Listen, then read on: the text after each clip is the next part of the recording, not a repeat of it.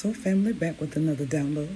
Listen to this. You are not entangled in your past, neither are you chained to your present.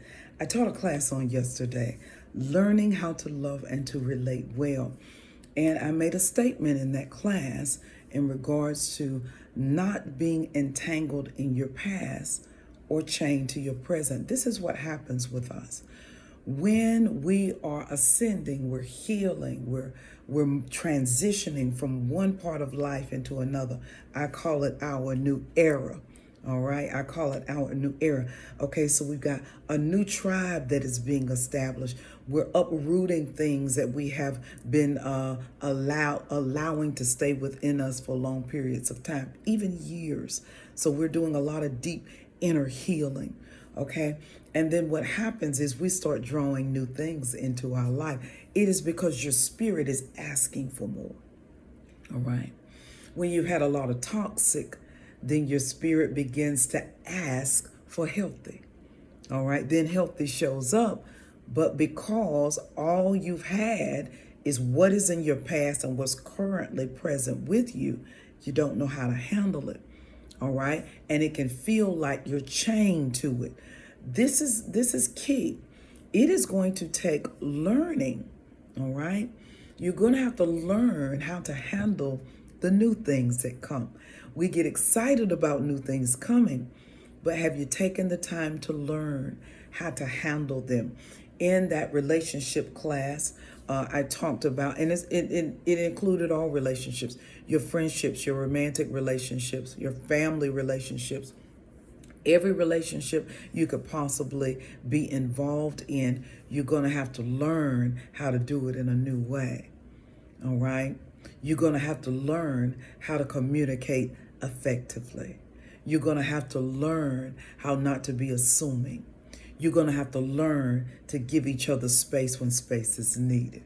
You're going to have to learn to follow the red flags and make sure you're not skipping over them.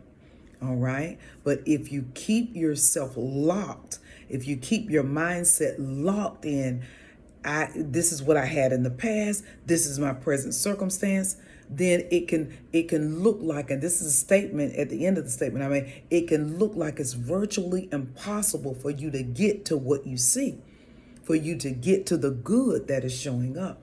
It also makes it impossible to really see it as good. You will almost sabotage it. Most times you'll sabotage it because it just doesn't look good enough.